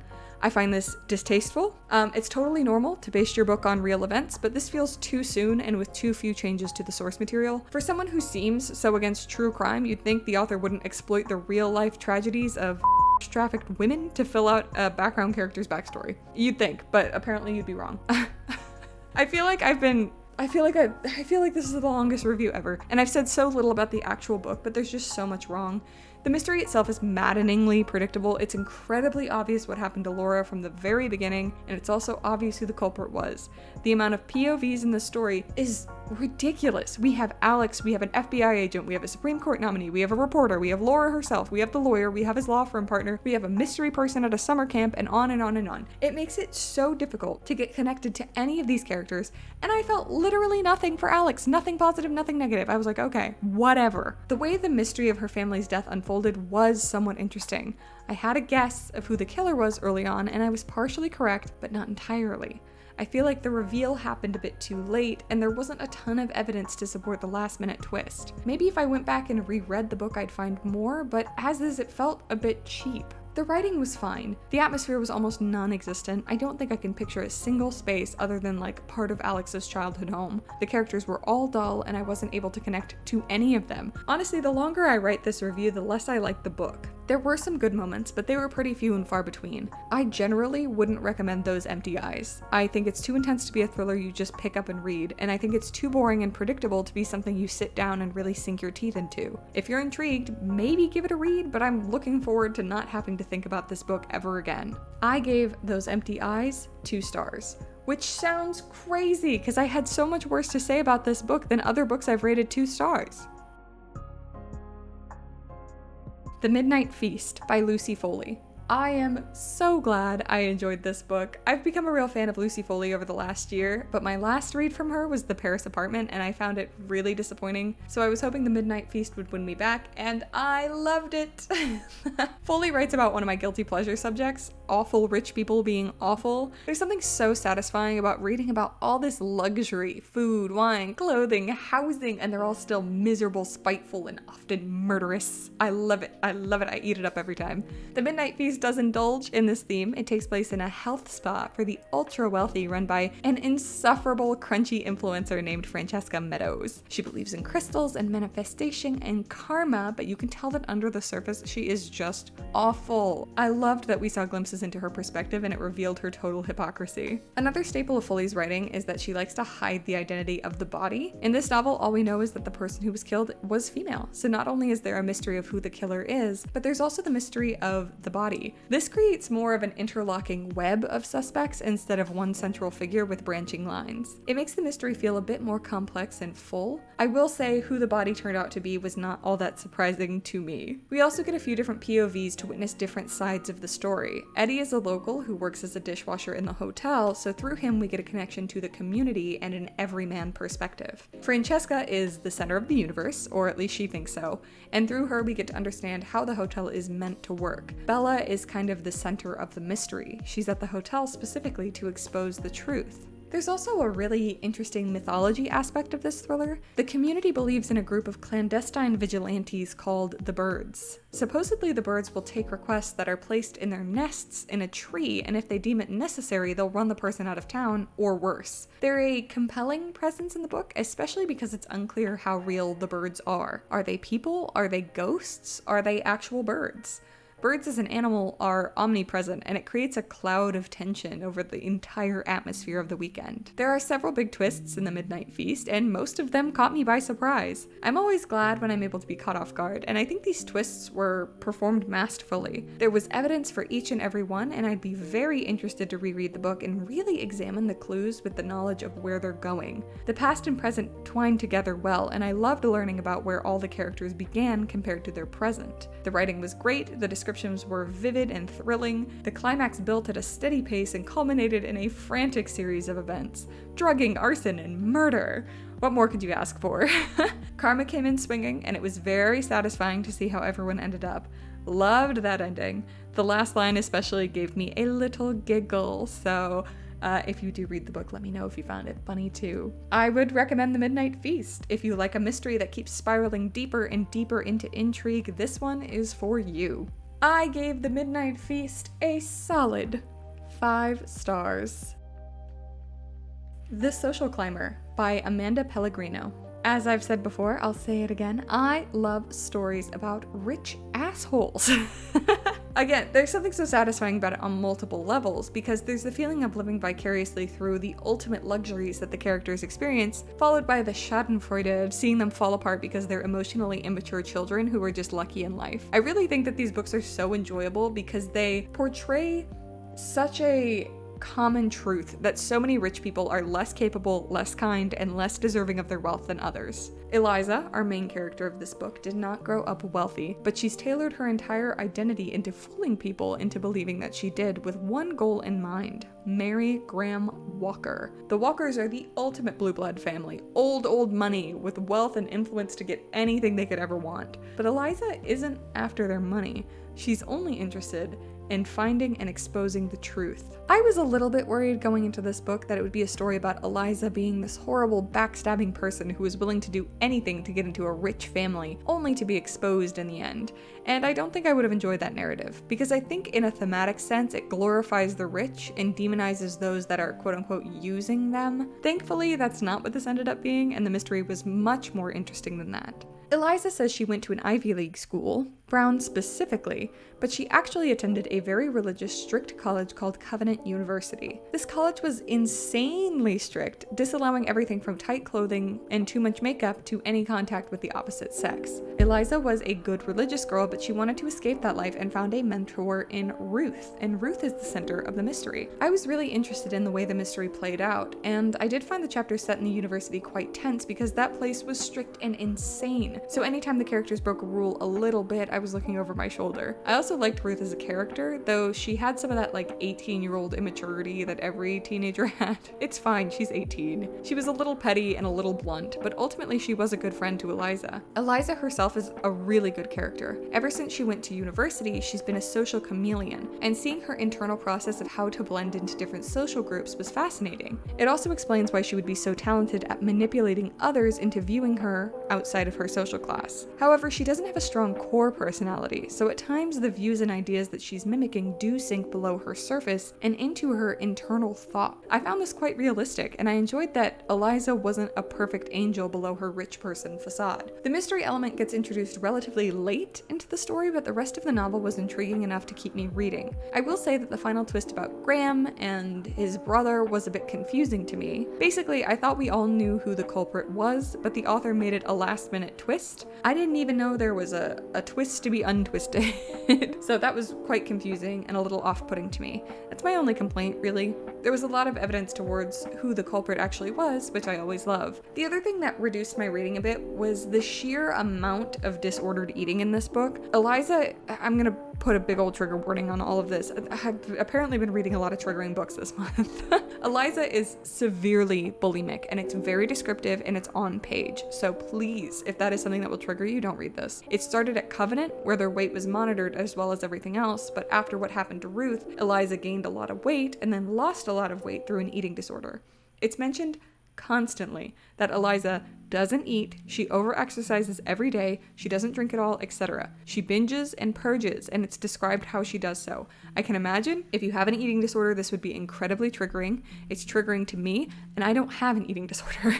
It's explained in the text that Eliza does this because of the trauma surrounding Ruth, but there isn't really a purpose for it. I understand it's a control thing, but when you add some sort of mental illness, something like that, an eating disorder into a book, it kind of needs to be more than just there. It needs to have a purpose, it needs to have a reason. You need to be including it for a reason. I don't remember it being mentioned that Graham likes incredibly skinny girls or anything like that. I understand that she needs to meet a beauty standard, but the way she's described is scarily thin, like past the beauty standard, about to disappear. It seems a bit much to me. I don't know. I enjoyed the writing style. It was really quick and breezy, which kept the story moving at an excellent pace. I don't think there was ever a point where I was bored, and I think I read the book in 1 or 2 sittings. The blurb is right when it describes the pacing as breakneck, because it truly is. I really enjoyed The Social Climber, and if you like seeing rich people get what they deserved with a little bit of mystery mixed in, I would highly recommend. I gave The Social Climber 4 stars. Just the Nicest Couple by Mary Kubica. Talk about a ride or die partner. I really didn't enjoy Local Woman Missing, but I thought I would give Kubica another shot. I did enjoy Just the Nicest Couple a bit more, so I'm definitely open to reading this author again. The writing style is enjoyable, and I like how the stress that was placed on the characters was portrayed. Jack Hayes is missing, and he was an asshole. Lily might have been the last person to see him alive, and he was attempting to SA her at the time. She tells her husband Christian that she beat him over the head with a rock and ran. A couple days later, Jake still isn't home, and the couple thinks the worst. Maybe Lily killed him. Christian will do anything to prevent her from going to jail, including covering up the crime. Unfortunately for them, Jake's wife Nina, and Lily's best friend, won't stop looking until she finds her husband. I think this is a really interesting mystery because Jake technically was never seen dead by Lily, so there's a full possibility that Jake is alive and well the whole time the cover-up is happening. Christian and Lily even find the spot in the woods where the assault happened and there is no body. That in itself truly is what kept me reading. Regardless, Christian is doing all he can to help Lily get away with this potential murder. The two POVs we get are from Christian and Nina, and this is a good move because these two know the least true information. Christian only knows what Lily has told him, so there's every possibility that she's lying or withholding information from him. Nina literally has no idea what's going on. It allows for there to be continuous discovery from both POVs, so neither of them feels like they're dragging. I also found the twists pretty good. I had my theories and parts of them were correct, but I wasn't able to figure out the full story. I loved that, and there was ample evidence to support the twist. I feel like if I went back and reread the book, I would see even more signs. There were a few things I didn't really love. This is my second book from Kubica and my second book that heavily featured pregnancy. That's fine, there's nothing wrong with it, but it did put me off a little bit because Local Woman Missing had some of the worst, most horrifying writing about birth I've ever read. Genuinely nauseating. So I was on guard the whole time because I was like, I don't want to read more of that. The second thing I did not enjoy was the extended description of a murder that did not really happen. The author wrote most of a chapter where someone is violently murdered and then hit the reader with the "not gotcha." Come on, that's really cheap. It really put me off. It was someone fantasizing about a murder. Come on. Come on. Nina is also a little bit annoying as a POV, but that's just because she's constantly sad and thinking that her husband leaving was her fault. She also got this stalker subplot that isn't really too important. It works well enough as like a lead to who might have disappeared her husband, so it works, but I don't know, in hindsight it's like, was that necessary? Probably not. It was a totally fine thriller. The pacing lagged a bit at times, but there were enough little clues, mysteries, and red herrings to keep my attention for most of the book. I'd recommend the audiobook. It was a good background book. I gave Just the Nicest Couple 3 stars. A Flicker in the Dark by Stacey Willingham. I had heard good things about A Flicker in the Dark, and I had enjoyed All the Dangerous Things by the same author last year. Unfortunately, I came away from this book quite disappointed. There's nothing wrong with the premise itself, I just found the story incredibly predictable. Chloe Davis was 12 years old when her father was arrested for the murder of 6 teenage girls in their small town. Now she's 30 years old and a respected psychologist who never speaks to her dad. The life she's built for herself is turned upside down when the killings begin again. Is it a copycat, or did they have the wrong guy the whole time? Chloe herself is not a terrible character, but she does make a lot of really bad or questionable decisions. It's somewhat understandable, given her trauma surrounding her history with her father and an event that happened while she was in college. However, she's so often doing exactly the most incriminating thing.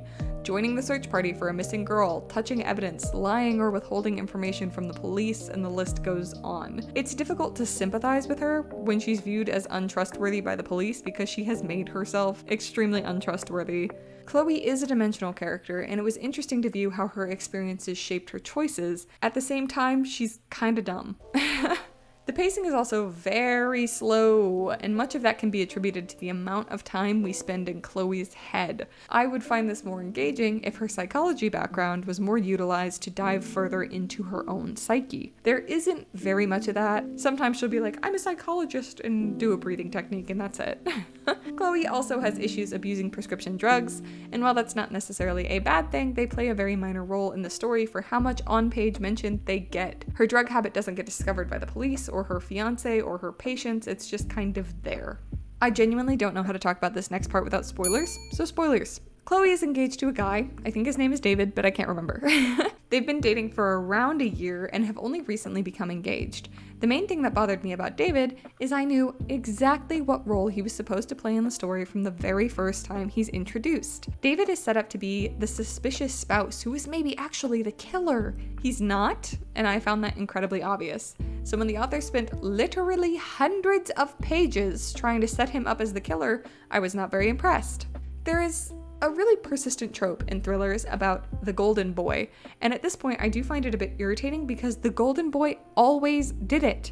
Anytime a character is introduced and they're described as popular and nice and hot and everybody loves him, it's him! Authors seem to think this is a twist because he's the golden boy. They never do anything wrong, it's a surprise. But golden boys are often the worst kinds of men in real life. This isn't a twist anymore, and I don't actually think it ever was. I think if you're someone who hasn't read very many thrillers, you might not see the twists coming as easily as I did, but if this is your go-to genre, you'll know exactly what the twists are from moment one. The structure of the mystery is actually quite good, with tons of supporting evidence sprinkled in for the audience to follow. When the twists do happen, it doesn't feel like there's a rug being pulled out from under the reader, which is always a good thing. I think it's much better to have a predictable twist than a twist with no evidence. The main issue is how early I figured it out. If it had been 30 to 40%, that would have been totally fine, but 5%? The writing was fairly well done, but the atmosphere was middling. Sometimes the world felt very dull and samey, but I acknowledge it's difficult to make normal life feel atmospheric. I would have liked to have felt some more tension in parts of the story though, especially the climax. A Flicker in the Dark wasn't horrible, just boring, predictable, and slow. Those aren't crimes, and other people might disagree because all of those things are actually subjective. If you're still interested in the novel, I would recommend you give it a try, but I really didn't love it. I gave A Flicker in the Dark 2 stars. And with that, all of the reviews are done, so I'm going to send you back to me in the past who was filming. Go enjoy. I'm going to lock in and do my collage page. I've got this image as like my main collage centerpiece. And then I've got some like trees, some pine cones. I've got some singular pine cones cut out. Here's another tree pattern, more pine cones. And then I also have, we are going to get into that. This is gonna be a little weird because I can't go all the way to the edge, but so far it hasn't really been bothering me while I've been decorating. I think your brain just kind of tunes it out. But it will be a bit odd not being able to go all the way to the edge. Now, I do have to be careful because these pages are a little bit more fragile than my other ones. My other ones I could kind of just like lift and paste down a whole bunch of times without the page ripping. This one I gotta be real careful if I'm gonna do that. And that's always the hardest for me on the collage page because I do a lot of like ripping up and replacing and ripping up and replacing. I wanted to do something a little sturdier for the like month tags. It's a dilemma. I have some like really heavy duty cardstock paper. Maybe I'll go grab some of that. I bought this like really ultra thick cardstock to make bookmarks, but it backfired a little bit because it's actually too thick. My printer didn't really want to work with it because it's just incredibly thick paper, so. Uh-oh. I forgot to cut it before putting the tag. Well, I guess I wouldn't have been able to. And I don't want to bend the tag. I kind of like fake rounded the corner.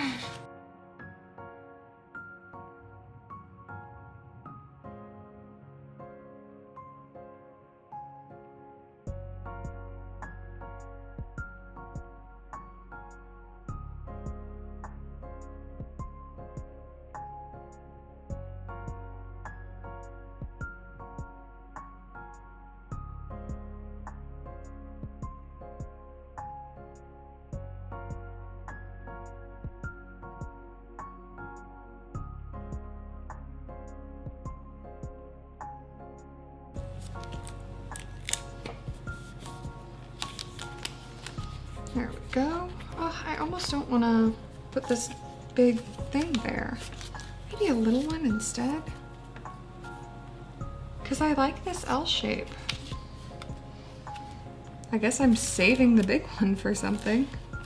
I think that's the collage done. What do we think? Ooh. It's kind of a simple feeling one, but it's not a bad thing. I think it turned out cute. I'm sorry if the lighting has changed. It is now nighttime. Oh, and also, if you hear any little noises in the background, that is the lovely Boyf McGee playing Stardew Valley. Shout out Boyf McGee, my biggest fan. You were there from day one. So we're doing my stats page. So we're gonna start with, as usual, our books read and pages read up at the top. Then we have we're gonna have average length underneath it, and then we have our genre breakdown right here. The thing is, I think I accidentally printed these way bigger than I usually do, so they're kind of gigantic. But we'll make it work, it's fine. It's not a big deal, you know? I've got all of my little decorative bits and bobs. Luckily for me, actually, I printed way more decorative stuff than I needed this go round. So we should have plenty of stuff to decorate the stats pages with, which is always very exciting. Except I seem to be missing one of my books. Where the heck is my little book? I know I had it earlier, damn it. I might have put it away with my other decoratives. This is so annoying because you know I'm definitely going to find it while cleaning up. Yeah. Okay, well, for now, we'll just do the one that we have, I suppose. We'll come across it, I'm sure. And if not, I will print out a new version and glue it in. Well, I think the first thing I'm gonna do is actually put like this little oh! I'm so dumb. No. Why'd that happen? Oh, we are out of glue. Reloading! Reloading! I don't know if you guys know, but that's actually an Unisonis reference. Anytime I say that, I am referencing Unisonis's The Great Meat Mistake, where they're making sausages, and Mark is reloading meat into the sausage maker.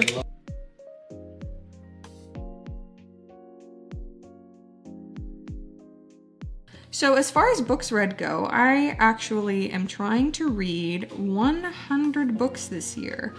And if you do the math, that averages out to like 8 point something per month. So in order to meet my reading goal, I need to read at least 7 to 9 books every single month. Sorry about the water thing in the background, I'm pissing. Point being, I read 9 books this month, so I am currently on schedule to hit my 100 books target, which is lovely, of course.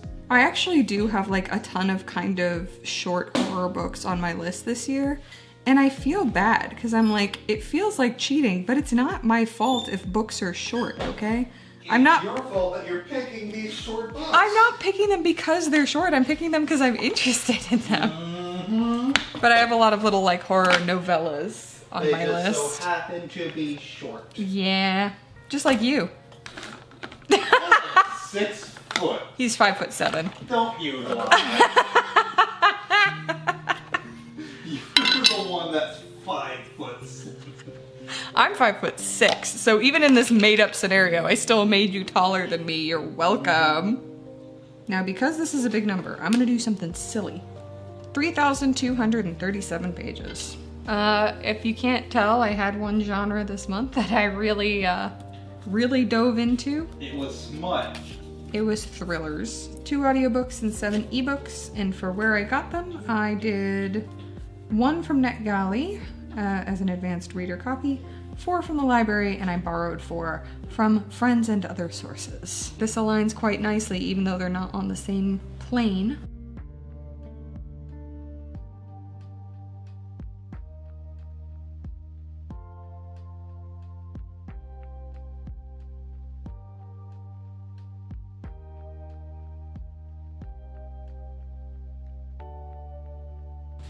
I'm actually really happy with how that stats page turned out. All right, second stats page. This is my ratings. Static electricity. This is my ratings, my star ratings for the month. As you can see, we actually kind of skewed a little bit low this month. I had a lot of 2-star rated books, apparently. Half of the books I read this month were 2-star, which I guess means I was in a bit of a reading slump. I guess it felt like it. I read a lot of books that I did not really enjoy, but I did get a 5-star book, which is kind of rare for me. Last year, I think I only read 5, maybe 6 5-star books the whole year. So getting a 5-star is lovely. I'm very happy about that. These are my best and worst of the month. And then underneath we get to do like a little notes section. It should be a pretty easy little decorative thing here. This page is always the hardest for me to decorate just because I feel like at this point I've run out of ideas.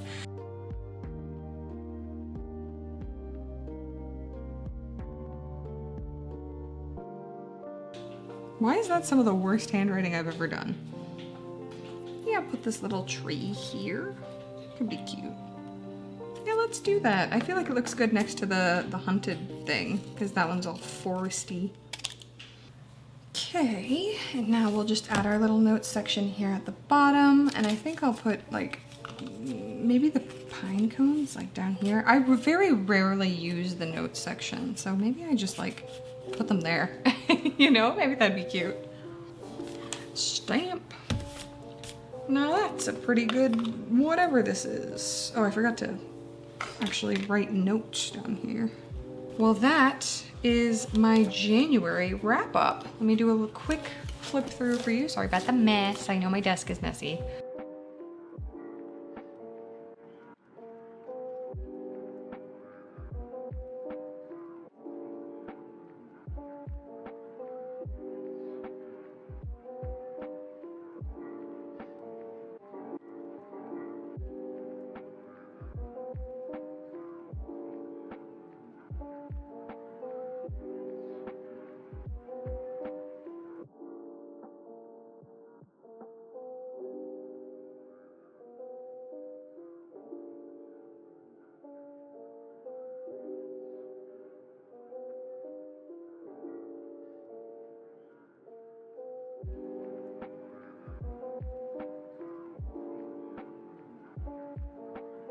Thank you so much for watching. If you like this video, please leave a like, and if you want to see more from me, subscribe. The first 45 pages of my 300-page reading journal completed. Follow me on all my social media. I am After Plague pretty much everywhere. That is TikTok, Twitch, Goodreads, Storygraph, Instagram, and I am After_Plague on Twitter. Thank you again so much for watching, and I hope you are reading some absolutely fantastic books in this post-plague world. Bye!